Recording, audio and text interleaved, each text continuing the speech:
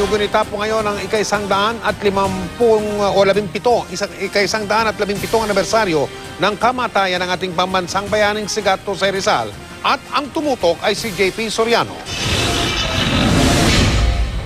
Sa pangunguna ni Pangulong Noynoy Aquino, ginunita sa iba't ibang bahagi ng bansa ang ika-117 anibersaryo ng kamatayan ng ating pambansang bayani na si Jose Rizal. Sa kanyang home province sa Tarlac, pinangunahan ni Pangulong Aquino ang flag raising ceremony. Nag-alay rin siya ng bulaklak sa estatwa ni Rizal sa plaza.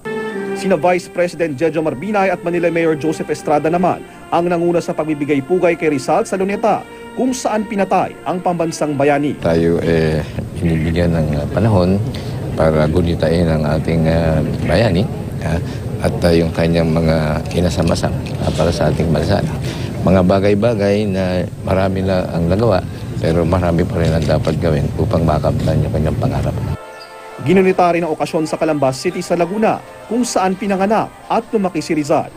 Paalala ng alkalde ng lungsod, utang natin ang ating kalayaan sa mga dakilang bayani na tulad ni Rizal, kaya naman nararapat lang na ito'y ating pangalagaan. Isang parada naman ang isinagawa ng mga taga-Bataan bilang pag-alala sa Rizal Day. Iba't ibang ahensya naman ang nakiisa sa seremonya sa Ilagan City sa Isabela. Sa Zamboanga City, inihalin tulad ni Mayor Beng Climaco sa kabayanihan ni Rizal ang ipinakita ng kanya mga kababayan ng atakihin ng MNLF Miswari Faction ang lungsod noong Setyembre.